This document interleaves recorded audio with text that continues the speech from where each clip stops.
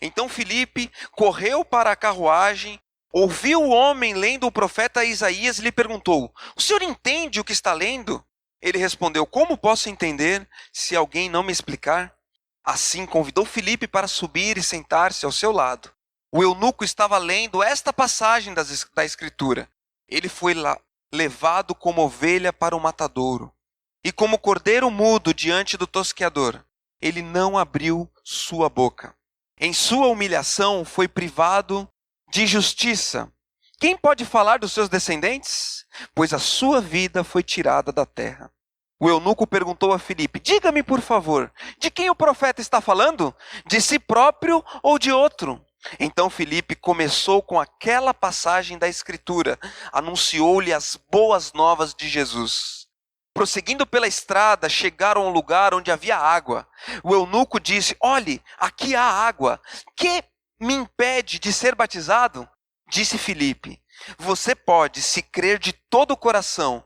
O eunuco respondeu: creio que Jesus Cristo é o Filho de Deus.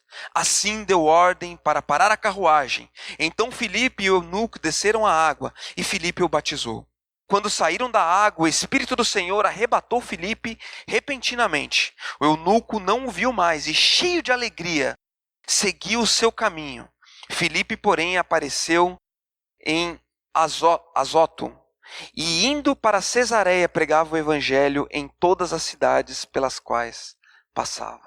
Vamos orar. Pai, nos mostra a tua palavra, nos enche com teu Espírito, Pai, e que haja um renovo na nossa vida todas as vezes que a gente lê uma pequena porção da sua Bíblia, Pai. Muito obrigado por esse privilégio, Deus. Fale a cada um de nós aqui hoje. É em nome de Cristo que eu oro. Amém. Hoje eu vou falar para vocês sobre o dia mais importante da vida de qualquer ser humano.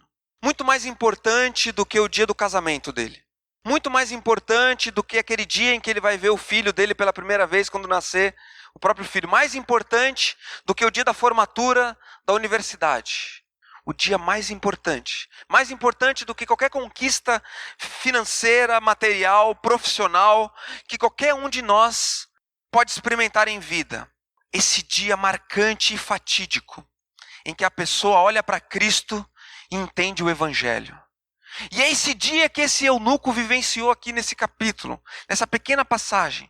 O que é maravilhoso aqui não é o fato de Filipe ter sido transportado de um lugar para outro pelo Espírito Santo. Mas e sim o fato daquele homem que antes estava lendo ali uma porção da Bíblia, não entendia o que estava lendo. E no segundo momento ele é uma pessoa totalmente transformada, uma nova criatura.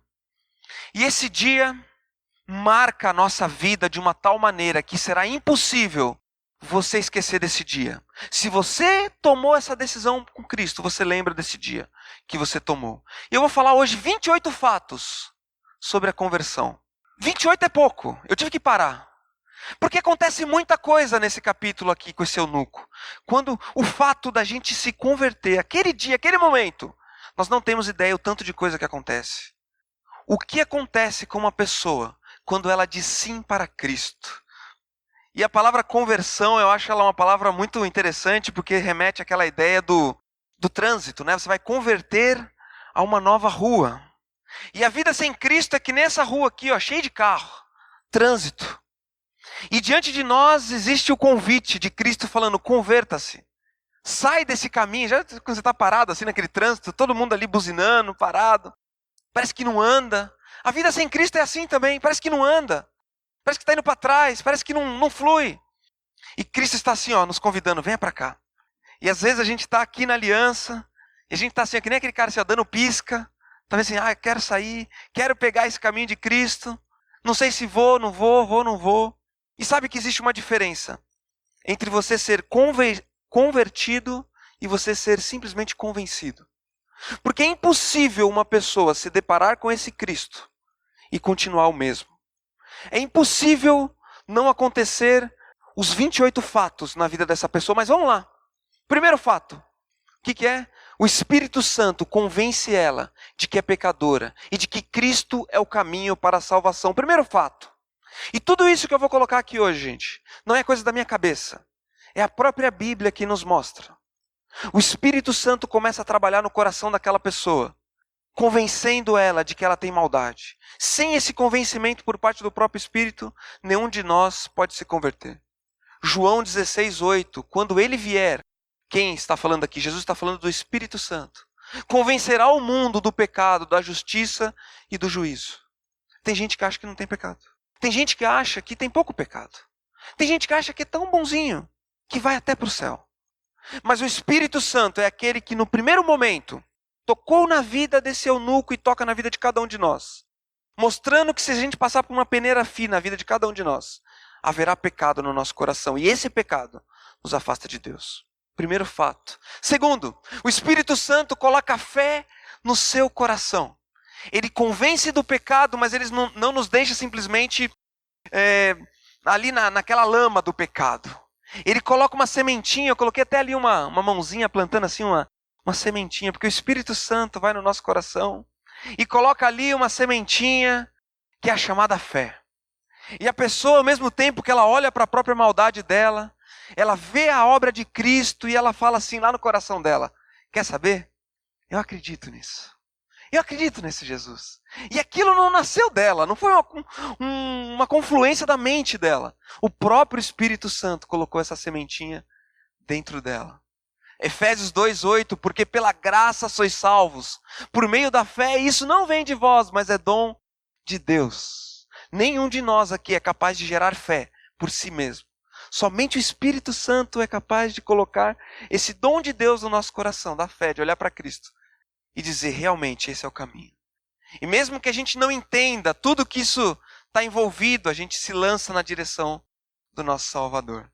Como um magneto, um imã, muito mais poderoso do que qualquer um de nós é capaz de resistir. Ele nos convida ao arrependimento. Terceiro fato. O que acontece naquele dia que você fala sim para Cristo? Cristo faz a ponte entre essa pessoa e Deus. Ele disse em João 14:6, eu sou o caminho, a verdade e a vida, ninguém vem ao Pai, senão por mim. Naquele dia em que você fala assim, vamos orar, que a pessoa te convida, vamos orar, vamos entregar sua vida para Cristo. Naquele momento que você ora, Cristo faz a ponte entre você e Deus. E não há outro caminho. Tem gente que pensa que a maneira dela de pensar Deus será suficiente para livrá-la da condenação eterna. E Cristo ele não se apresenta na Bíblia como um dos caminhos, uma das alternativas. Ele se apresenta como o único caminho. Não existe outro. E quando a pessoa crê, entrega a vida dela, Cristo faz essa ponte. Uma ponte que nenhum de nós jamais será capaz de estabelecer até Deus. Pode ser a pessoa mais bonzinha do mundo. Pode ser a pessoa mais legal, mais gente boa. Sem Cristo, está eternamente separada de Deus. Cristo é o caminho. Ele é a ponte. 4. Todos os pecados dela são perdoados, pagos e apagados. Pecados passados, presentes e futuro. Que coisa linda, cara. Todos os pecados daquela pessoa, no momento em que ela pede perdão para Deus, reconhecendo Cristo como Salvador dela, todos os pecados são apagados. Não é lindo isso? Já pensou se fôssemos condenados eternamente a levar nas costas os nossos pecados? E não só os pecados passados, aqueles que a gente cometeu até então, mas os pecados presentes que a gente comete todos os dias e todos os pecados futuros, quitados, pagos. E mais do que isso, olha o que Isaías escreve. Sou eu mesmo, aquele que apaga as suas transgressões, por amor de mim, e que não se lembra mais dos seus pecados. O próprio Deus olha para os nossos pecados, pega uma borracha, aquele lado azul da borracha, sabe, que é próprio para apagar mesmo, e apaga todos os nossos pecados e nunca mais se lembrará de nenhum deles. A gente tem dificuldade com o pecado do outro, né? A gente sempre lembra. O nosso Deus é capaz de perdoar os nossos pecados e não se lembrar mais deles. Por causa não de que a gente é 100%, a gente é gente boa, mas porque Jesus pagou o preço de cada um desses pecados, até aqueles que a gente ainda nem cometeu. Quanta coisa acontece numa fração de segundo? Quanta coisa temos diante de nós? Que possibilidade de mudança de vida existe numa pessoa quando ela fala sim para Cristo? Sem Cristo o ser humano não é nada, gente. Sem Cristo ele não é nada. 5. No momento em que ela fala sim para Cristo, ela morre e ressuscita espiritualmente. Aquele velho homem, olha, aquela velha mulher morreu. E ela ressuscita espiritualmente. Gálatas 2:20 diz, fui crucificado com Cristo, assim, já não sou eu quem vivo, mas Cristo vive em mim. A vida que agora no corpo vivo, pela fé no Filho de Deus, que me amou e se entregou por mim. Morreu e ressuscitou para Cristo. E essa ressurreição em Cristo é uma vida totalmente diferente daquela que havia antes. E morto não tem vontade própria, só vivo que tem. E Cristo é a nossa vida a partir do momento em que a gente aceita Ele. E a partir desse momento, quem determina o nosso caminho é Cristo. Quem toma as decisões é Ele, não mais a gente. Uma nova vida, mortos e ressuscitados em Cristo naquele momento. O eunuco vivenciou isso. Um novo momento. 6. Deus aceita essa pessoa como filho. E essa relação jamais poderá ser quebrada. Naquele momento, você que estava totalmente condenado nos seus pecados e nas suas transgressões, naquele momento que essa pessoa diz sim para Cristo, e Cristo pega e faz essa ponte, e Deus aceita ela é aceita como filho. E essa relação jamais poderá ser quebrada. Existe ex-filho? Existe. A gente, às vezes, quando o filho pisa na bola, o que a gente faz? Deserda, né? Mas deixou de ser filho? Deixou de correr nas veias dele sua carga genética? Ele é seu filho. Continua, mesmo se deserdar, continua sendo seu filho. Não existe ex-filho. E o nosso Deus nos adota como filhos. E nada pode nos afastar dele. Nada pode nos afastar desse amor de Cristo. Nem nós mesmos podemos quebrar essa conexão. O amor do Pai para com o Filho. Olha só João 1,12. Contudo, aos que receberam, aos que creram no seu nome, deu-lhes o direito de se tornarem filhos de Deus. Mas Fabrício, será que eu não posso perder a salvação então? João 10:28. Eu lhes dou a vida eterna e elas jamais perecerão. Ninguém as poderá arrancar da minha mão. Não existe salvação perdida, meus queridos. Uma vez estando na mão de Deus, você acha que existe alguma força no mundo capaz de abrir a mão de Deus? Uma vez estando na mão de Deus, nada poderá arrancar-nos desse amor de Deus, dessa conexão eterna com Ele. Isso nos dá tranquilidade. Porque a salvação que ganhamos, não ganhamos por mérito próprio. E não tem como perder por desmérito algo que a gente não ganhou por mérito. E isso que é belo no Evangelho. Esse presente que nos é dado de graça. E que não pode ser tirado por nada. 7. O peso de todos os pecados que estava sobre essa pessoa é imediatamente tirado. Todas as maldades, tudo aquilo que prostrava ela, toda mentira, todo roubo que estava sobre as costas dessa pessoa é imediatamente tirada. Isso dá condições a ela de encarar a vida de uma forma diferente. Todos os pecados são tirados. Romanos 8:1.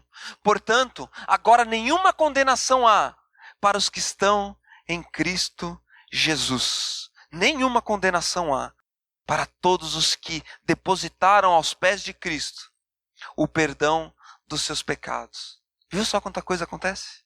Nesse dia, 8, ele recebe um novo nome.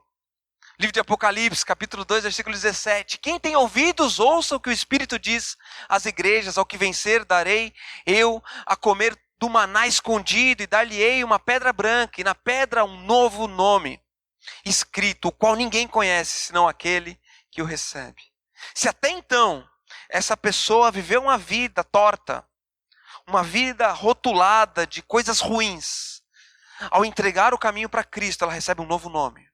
Talvez aquele que era chamado de mentiroso, agora vai ser aquele que fala a verdade. Um novo caminho. E se Cristo não gera tudo isso no nosso coração, algum problema tem.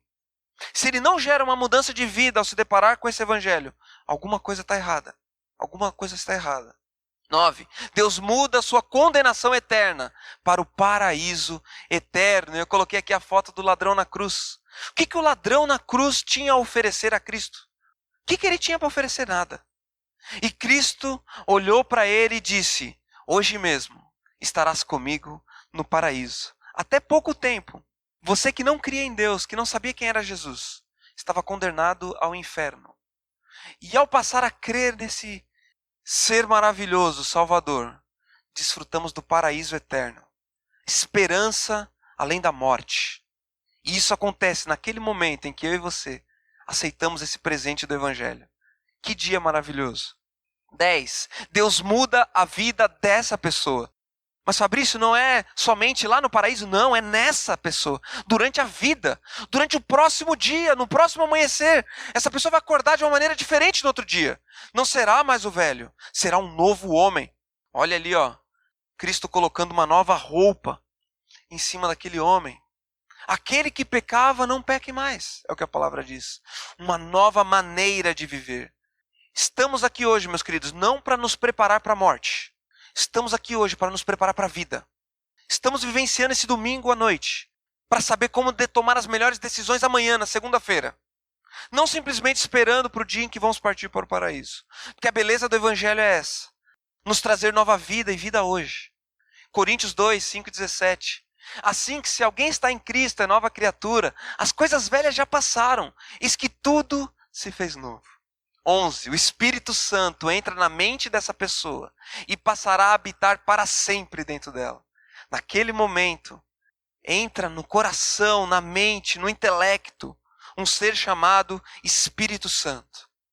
E vai fazer morada no coração daquela pessoa. Todos os dias, dentro de você. Nunca mais você vai estar sozinho. Você pode até pensar que está sozinho, mas não estará. O Espírito Santo caminhará com você todos os dias da sua vida. 2 Coríntios 6,19. Ou não sabeis que o vosso corpo é templo do Espírito Santo, que habita em vós, proveniente de Deus, e que não sois de vós mesmos. O Espírito Santo habitando num coração humano. Vai entender uma coisa dessa? Vai entender uma coisa dessa? 12. O Espírito Santo abre os olhos dela para os próprios pecados. A partir desse momento, ela não conseguirá mais continuar pecando, sem pensar no quanto isso desagrada a Deus. Sinto te dizer, mas o caminho com Deus é um caminho sem volta. É um caminho sem volta. E quando depois você tiver esse encontro com Cristo, toda vez que você for fazer algo errado, o Espírito Santo vai te alertar. Ele vai falar, não faz isso. Olha, não vai por aí.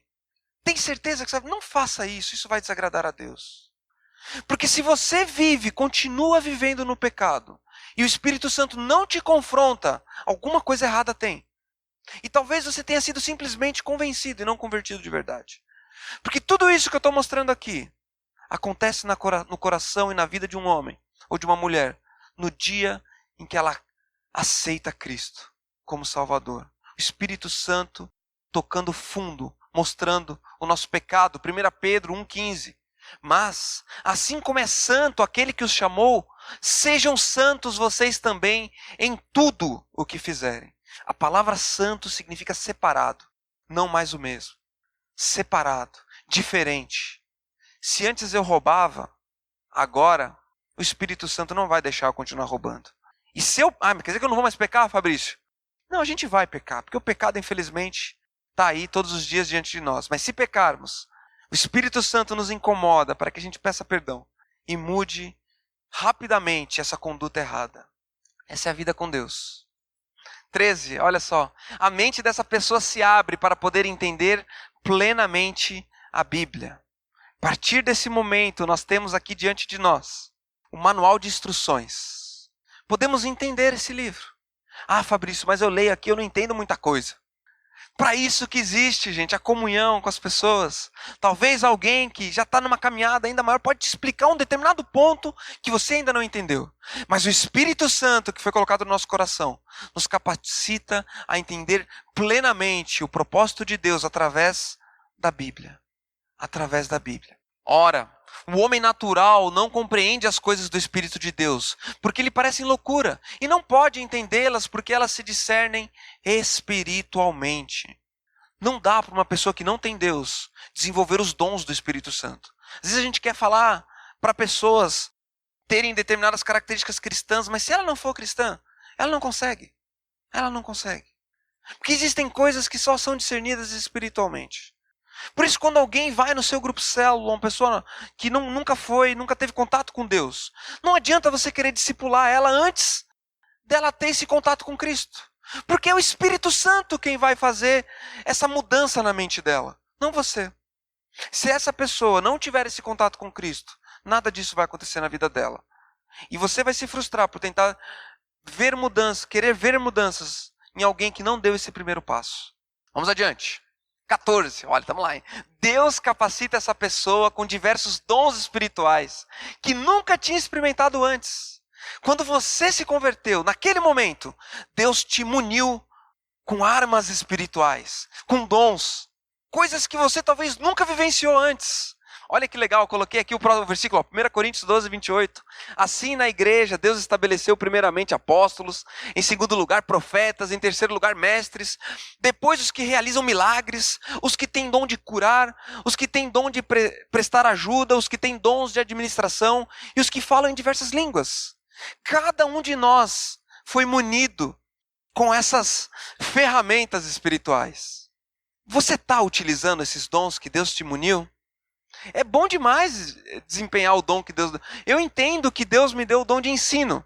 Eu acho muito legal, porque não é uma coisa minha, que nasce do meu coração. Outro dia teve lá na aliança a mensagem de batismo, né? E as pessoas deram ali os testemunhos, né? E já estava muito tarde, e me convidaram para dar o estudo depois. Só que não dava tempo de dar estudo, porque já estava tarde, o pessoal estava com fome. Aí que eu fiz, vou só orar e terminar, né? Daí fui lá em cima, fiz uma oração, terminei e despedi o povo, né? Aí cheguei em casa, uma pessoa mandou uma mensagem. Nossa, Fabrício, as palavras que você falou ali no final me impactaram muito. Vai, que palavra? Não falei palavra alguma. É porque o Fabrício é bom, mas não é nada. Porque essa pessoa estava sedenta por Deus, o Espírito Santo falou com ela. Porque eu me dispus a ir ali na frente e orar. E uma palavrinha do que eu falei ali fez diferença na vida da pessoa. Colocar em prática o dom. Talvez o seu dom seja administração. Alguns aqui têm esse dom. Exerça esse dom. Coloque em prática. Deus nos colocou num corpo para exercermos esses dons. 15. Deus insere ela dentro de um grupo de pessoas chamado igreja. Naquele momento que a pessoa aceita Cristo, ela é inserida num contexto chamado igreja. Numa família. Não existe cristão avulso. Não existe pessoa que da sua casa ouça uma mensagem lá no YouTube e que se diga cristã e não convive com a igreja. Isso não existe, isso é uma anomalia. Todos aqueles que se convertem genuinamente são inseridos no contexto da igreja. Todos. É assim, leia a Bíblia. A Bíblia ela só fala disso, só fala de igreja. Não fala de pessoas avulsas. Romanos 12, 4 e 5. Assim como cada um de nós tem um corpo com muitos membros, e esses membros não exercem todos a mesma função, assim também em Cristo nós, que somos muitos, formamos um corpo, e cada membro está ligado a todos os outros. Deus te deu ferramentas para trabalhar dentro do corpo. E o seu dom, o seu talento, vai fazer falta se você não estiver presente. Já parou para pensar nisso? Que Deus te capacitou com um dom. E se você simplesmente não for, vai faltar no corpo. Vai faltar. Fazer parte de um grupo. Portanto, Efésios 6, 2 e 19. Portanto, vocês já não são estrangeiros, nem forasteiros, mas co-cidadãos dos santos e membros da família de Deus. Naquele momento, você é inserido nesse corpo chamado igreja. 16. Ela passa a depender da comunhão com os outros cristãos para manter viva a fé em Cristo. Dependência. Eu gostei muito daquela imagem dos gansos voando, fazendo a peregrinação. Nem está voando sozinho. Eles dependem um do outro para chegar no destino. Sozinho ele vai ser uma presa fácil. Mas em grupo nós nos fortalecemos. Tire um cristão aqui do meio de nós e coloque ele sozinho. Facilmente essa chaminha vai apagando. Vai apagando e quando ele vê, ele está mais para lá do que para cá. Pegue uma pessoa que está mais ou menos morna e coloque ela bem no nosso meio. Comece a ler a Bíblia, pessoas estando juntos com ela, pessoas exortando, pessoas caminhando junto. O Espírito Santo começa a transformar cada vez mais a vida dessa pessoa. A brasa no meio do braseiro vai ficando cada vez mais quente. 17. Deus concede condições a essa pessoa de vencer pecados há muito tempo enraizados no seu coração. Deus concede condições para essa pessoa vencer o pecado. Ai, Fabrício, mas eu tenho tantas lutas na minha vida. Existem lutas que eu estou enfrentando hoje e que eu arrasto por anos. Nosso Deus é um Deus de vitória.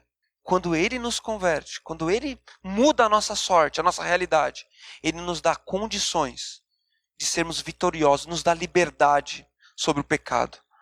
João 8, 31 e 32. Disse Jesus aos judeus que haviam crido nele: se vocês permanecerem firmes na minha palavra, verdadeiramente serão meus discípulos e conhecerão a verdade. E a verdade os libertará. Uma nova vida diferente daquela que foi vivida até então. 18. Ela começa a ter vitória sobre o pecado.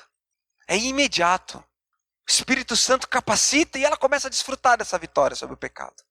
1 João 3, 6 e 7. Todo aquele que permanece nele não vive pecando. Quem vive pecando não o viu e nem o conheceu. Olha que forte esse versículo. Vamos ler de novo. Ó. Todo aquele que permanece nele não vive pecando. Quem vive pecando não o viu nem o conheceu. Filhinhos, ninguém vos engane. Aquele que pratica a justiça é justo, assim como ele é justo. Uma nova vida não é uma nova vida de pecado. Obrigado.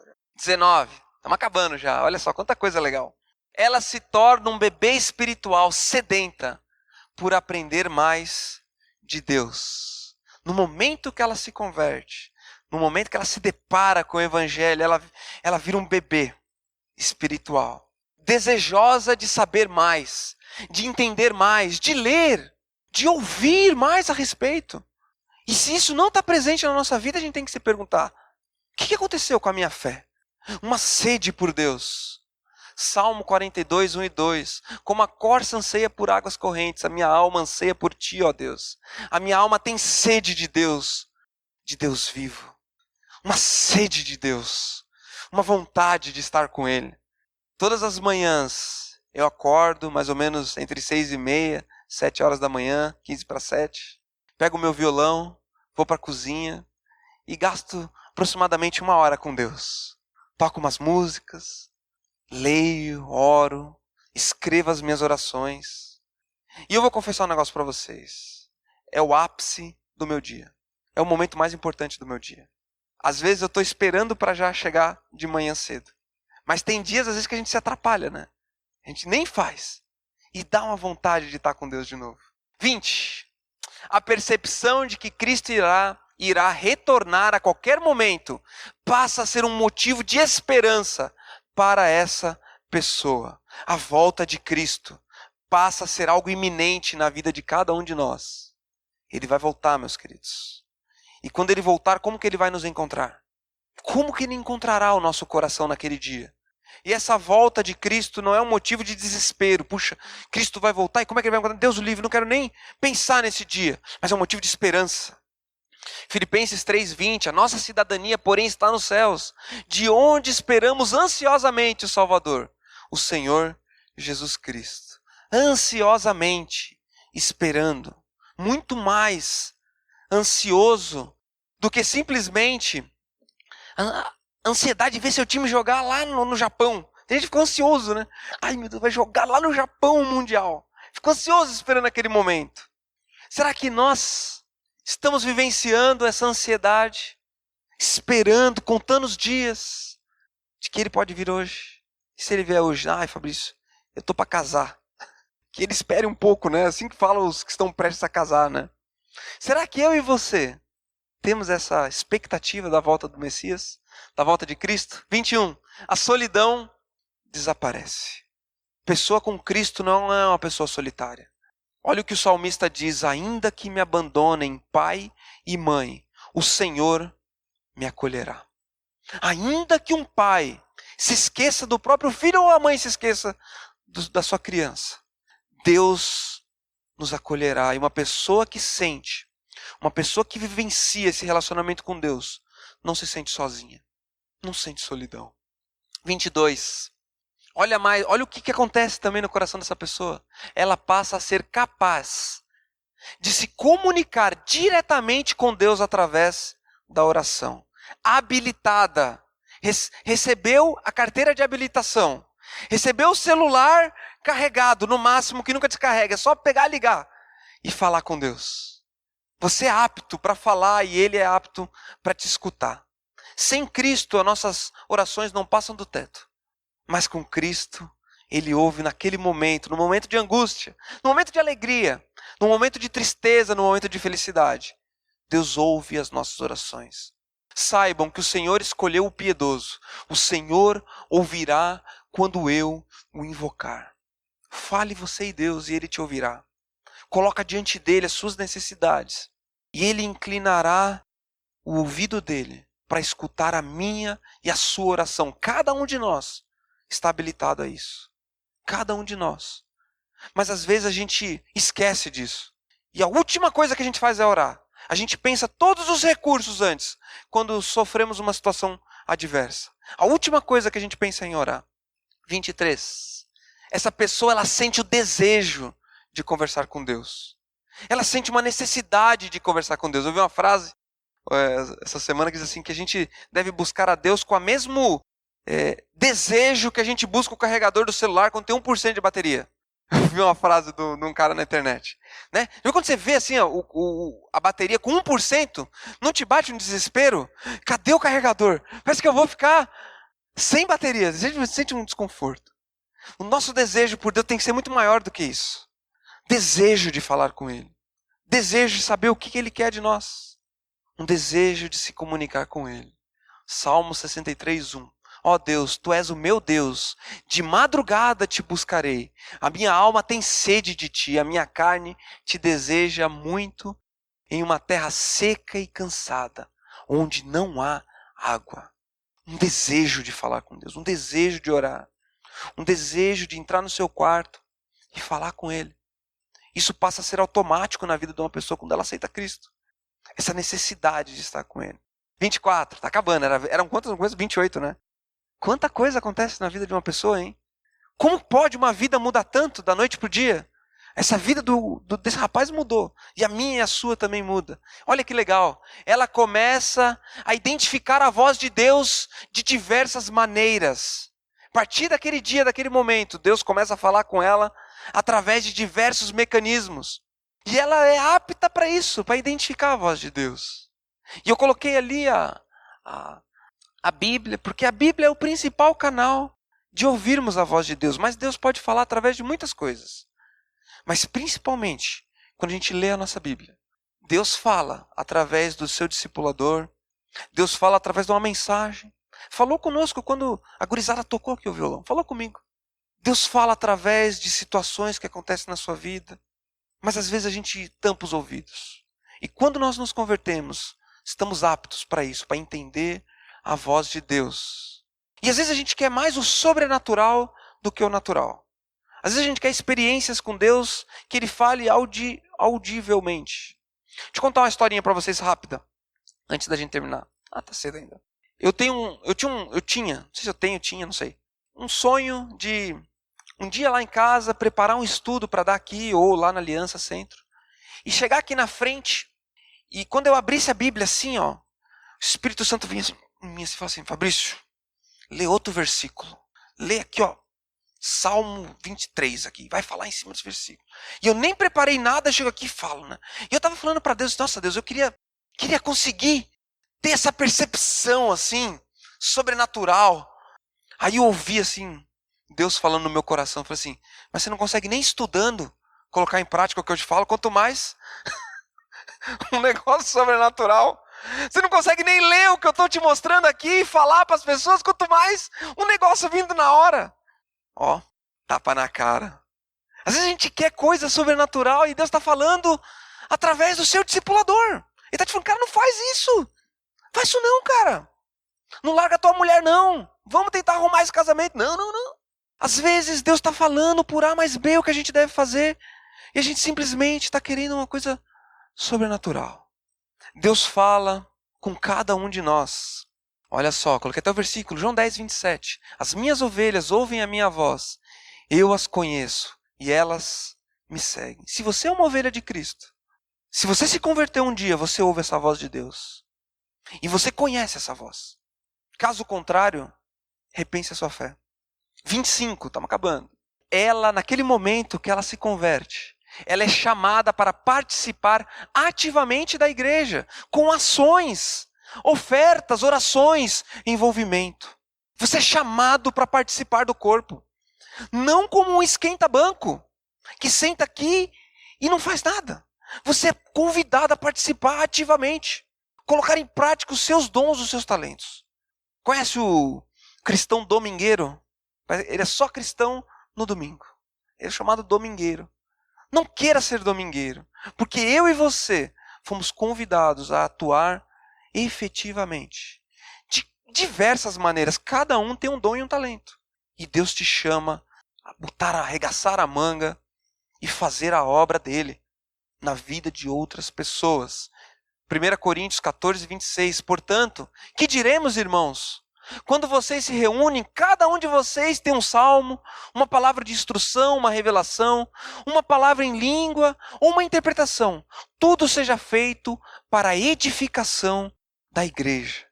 Ninguém é melhor que ninguém, todo mundo é igual. Por exemplo, os guris aqui tocaram, não são melhor do que nós louvando a Deus. Mas cada um foi habilitado com uma ferramenta. Não seja um esquenta-banco. Atue do seu jeitinho, isso vai ser uma bênção. Na sua vida e na vida de outras pessoas. Vamos lá. 26. Essa pessoa ela é convocada a tornar-se um discípulo de Cristo através do discipulado. Naquele momento, essa pessoa ela é convocada a ser discipulada, a caminhar com alguém, a prestar contas, a crescer e se tornar um discípulo de Cristo. Olha o que Paulo diz. Sede meus imitadores, como eu sou de Cristo. O apóstolo Paulo olha para aquelas pessoas ali de Corinto e fala, olha, caminhem comigo, porque eu estou caminhando com Cristo. E esse versículo tem a ver com caminhar juntos. Se você se converteu, você é convidada a caminhar junto com pessoas que vão forjar um ao outro em direção a Cristo. 27. Essa pessoa está convocada convocada e capacitada a compartilhar a mensagem de Cristo com outras pessoas.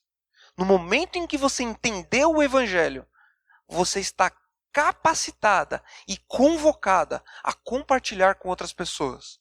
Ah, Fabrício, mas eu ainda sou muito novinha, eu não entendo tudo ainda. Eu não conheço todos os versículos. Você foi convocado e capacitado pelo Espírito Santo, com o seu entendimento, a falar de Cristo. Não somos nós, meus queridos, que somos capazes de convencer uma outra pessoa do pecado dela. Lembra qual era a primeira coisa que eu falei? Que muda no coração da pessoa?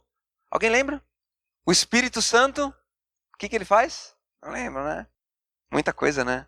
O Espírito Santo convence a pessoa do pecado. Então, quando eu e você estamos diante de alguém que não conhece a Cristo e conversamos com ela, assim, puxa, Cristo fez a diferença na minha vida.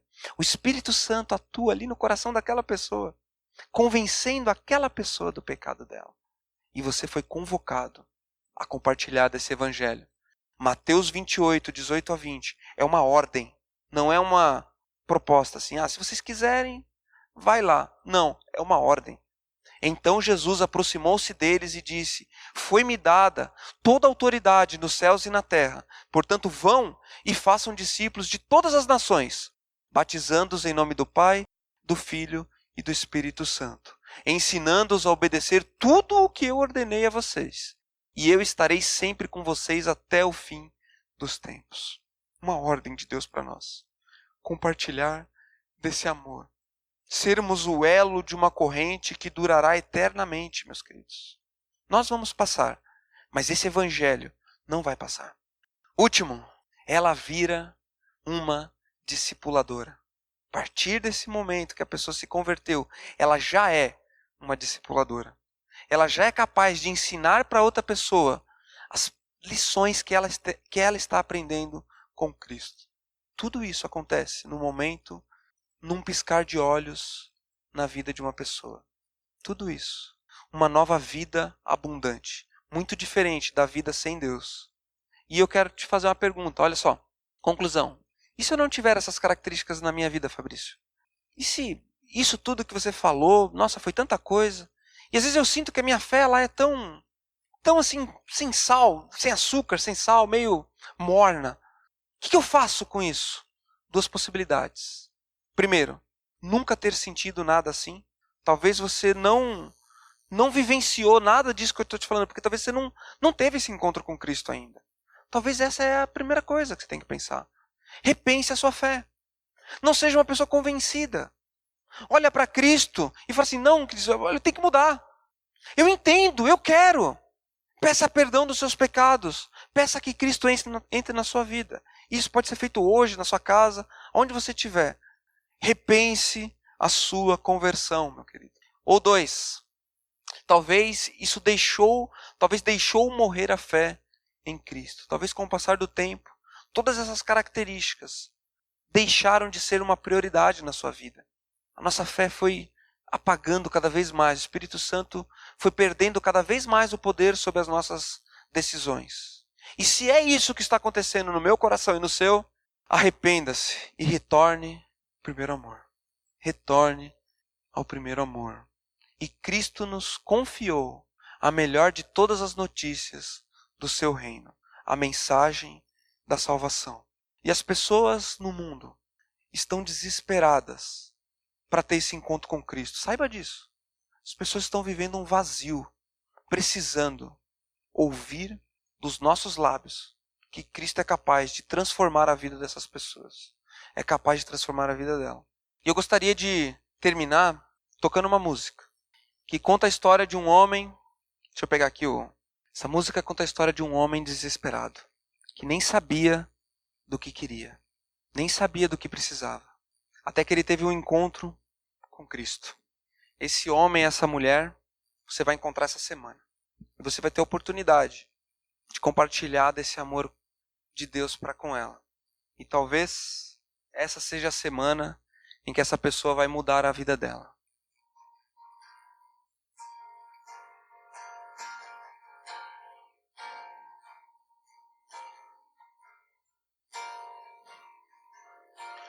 Eu sempre pensei que a vida era simples, planos e carreira, amigos e família. Tinha o controle de tudo que ocorria, não via um defeito, queria, sempre tinha, mas todo dia cedo de manhã tomava um bom gole de café, lembrava da maldade em minhas mãos, que refletiam o vazio do coração.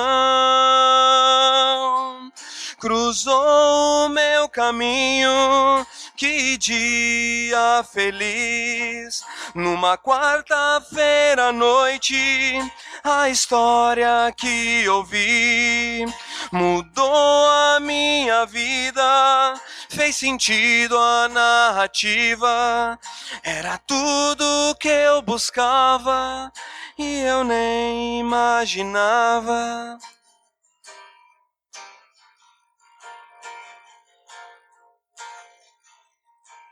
O salário do pecado é a morte,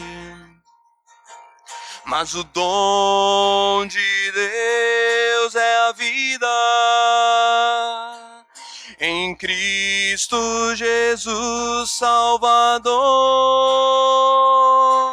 cruzou o meu caminho, que dia feliz, numa quarta-feira à noite, a história que eu vi mudou a minha vida, Fez sentido a narrativa, era tudo que eu buscava e eu nem imaginava.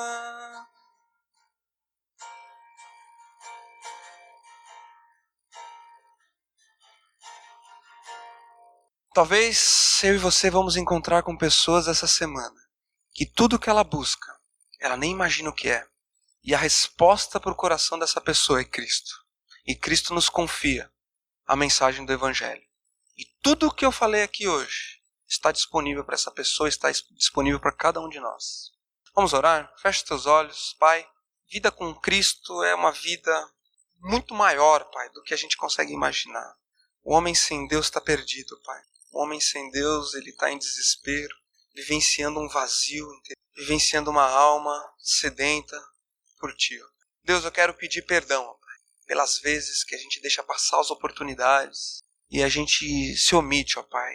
Não falamos para as pessoas daquilo que Cristo pode ser na vida delas, Pai. Às vezes porque até mesmo nós não estamos vivenciando esse Evangelho de uma maneira tão intensa, de uma maneira tão viva e presente no nosso cotidiano. Muda o nosso coração se isso acontece. E, Pai, pedimos que o Senhor nos dê oportunidade de compartilhar Cristo com alguém essa semana, Pai. Talvez aqui, cada um aqui já está lembrando de alguém, Pai. Que possamos buscar ser obedientes a Ti, Pai. Muito obrigado, Deus, pelo privilégio que foi de compartilhar hoje. Que o Senhor possa estar agindo na minha vida em primeiro lugar, Pai. Como exemplo, Deus. Em nome de Jesus que eu oro. Amém.